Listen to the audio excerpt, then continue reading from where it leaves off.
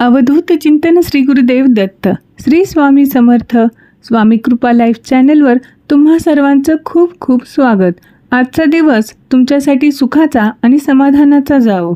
मंडळी, तुमचं आयुष्य आर्थिक संकटांनी भरलेलं आहे का? मनातील इच्छा पूर्ण होत नाही का?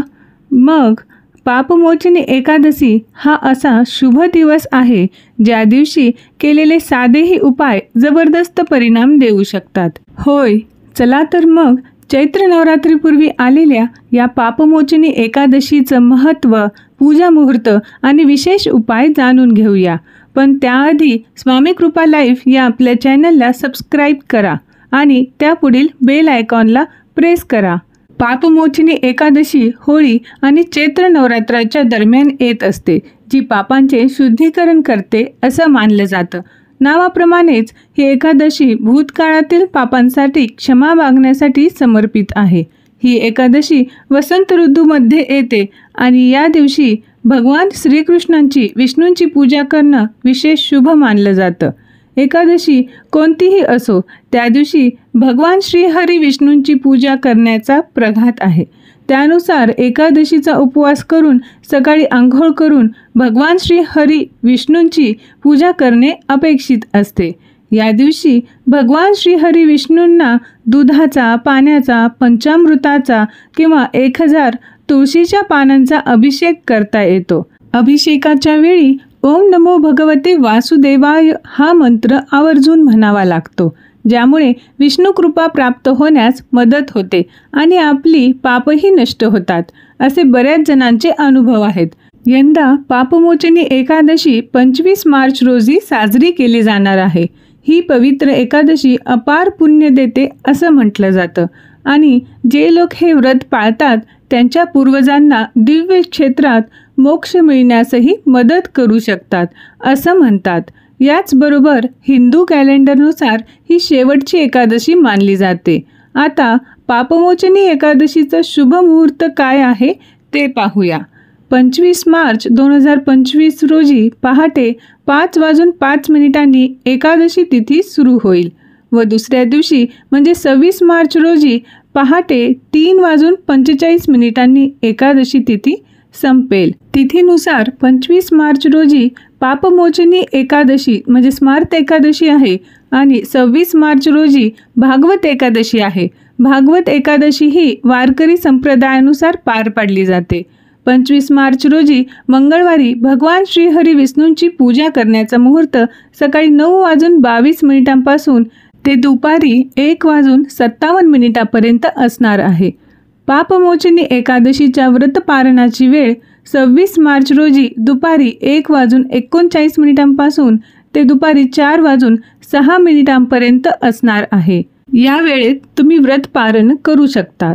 असं म्हणतात की भगवान श्रीकृष्णाने प्रथम अर्जुनाला पापमोचनी एकादशीचं महत्त्व सांगितलं आणि यावर भर दिला होता की हे व्रत केल्याने एखाद्या व्यक्तीला ब्रह्महत्या यासह सर्वात गंभीर पापांपासूनही मुक्ती मिळू शकते. ही एकादशी विशेषतः अशा लोकांसाठी फायदेशीर आहे जे सुरुवातीला धार्मिक मार्गावर आल्यानंतर लोभ, भौतिक सुख किंवा चुकीच्या कर्मांना बळी पडले आहेत.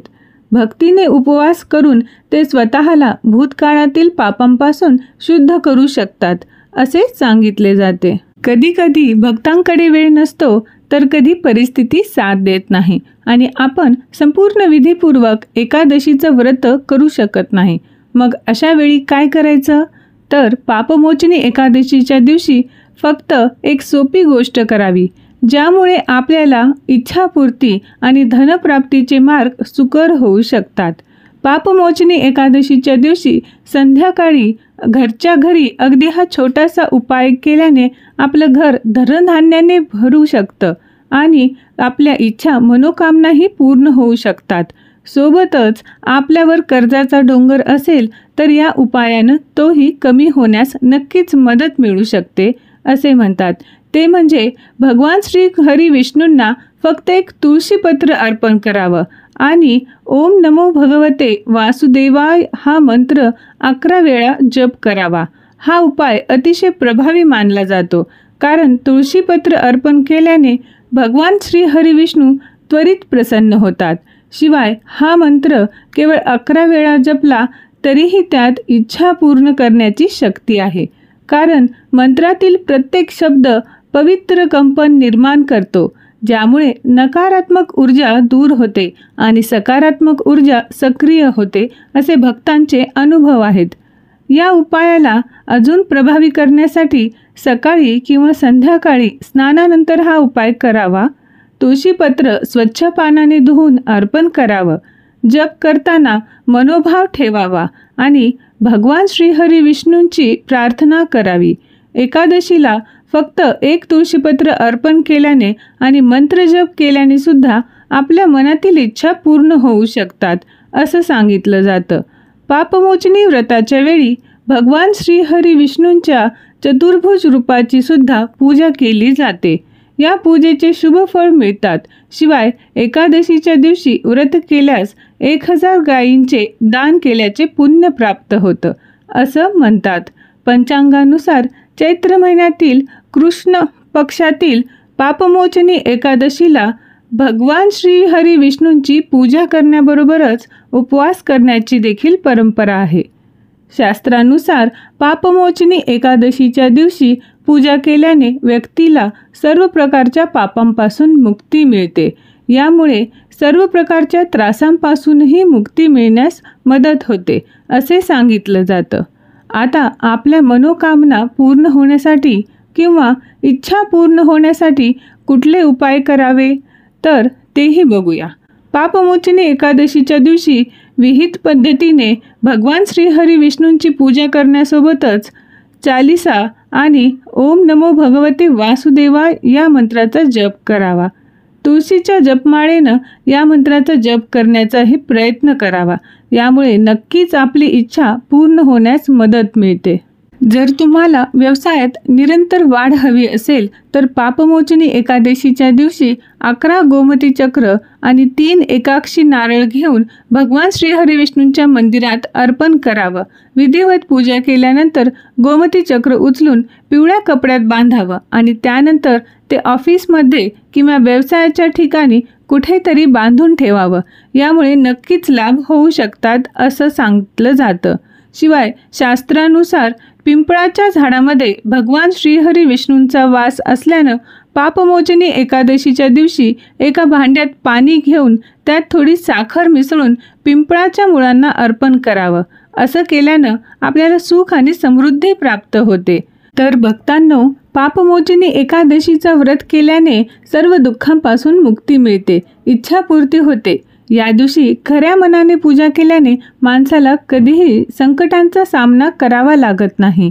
तुम्ही सुद्धा पापमोचनी एकादशीचे व्रत करू इच्छित असाल तर एकादशीच्या दिवशी सूर्योदयाच्या वेळी स्नान करून व्रताचा संकल्प करावा. त्यानंतर पिवळे वस्त्र परिधान करून भगवान श्रीहरी विष्णूंची पूजा करावी. एकादशीच्या संध्याकाळी भगवत कथेचं पठण केल्यानं घरात धनसंपत्ती वाढते, असं सांगितलं जातं. त्याचबरोबर देवी लक्ष्मीचा वास कायम घरात राहतो. मात्र व्रत करणाऱ्या व्यक्तीने सात्विक अन्न सेवन करावं. एकादशीला भात खाऊ नये. पौराणिक धार्मिक ग्रंथानुसार महर्षी मेधा यांनी मातृशक्तीच्या कोपापासून वाचण्यासाठी आपल्या शरीराचा त्याग केला होता. त्यानंतर त्यांचा मृतदेह जवाच्या रूपात पृथ्वीवर सापडला. त्या दिवशी ही एकादशी असल्यानं तांदूळ खात नाहीत, म्हणून एकादशीच्या दिवशी तांदूळ खाणं टाळावं.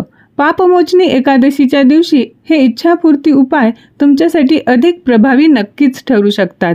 पापमोचनी एकादशी दिवशी भगवान श्रीहरी विष्णूंना प्रसन्न करण्यासाठी तुम्ही विष्णू सहस्त्रनामाचं पठण अवश्य करा.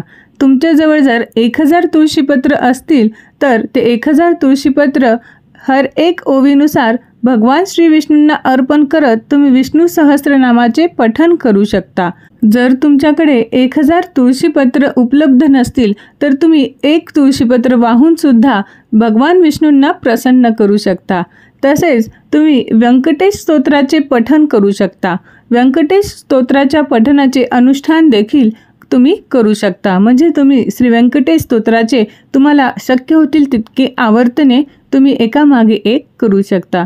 हे देखील केल्याने भगवान विष्णू त्वरित प्रसन्न होतात.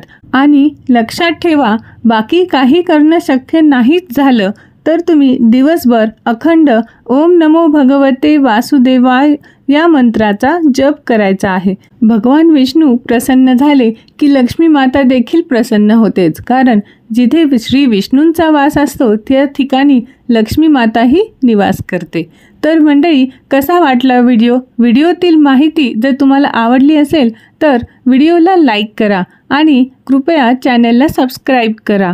अशाच प्रकारच्या नवनवीन माहिती भेटण्यासाठी त्यापुढील बेल आयकॉनला प्रेस करा. झालेली सर्व सेवा स्वामींचरणी अर्पण करते आणि आजचा हा व्हिडिओ इथेच थांबवते. श्री स्वामी समर्थ. जय जय स्वामी समर्थ.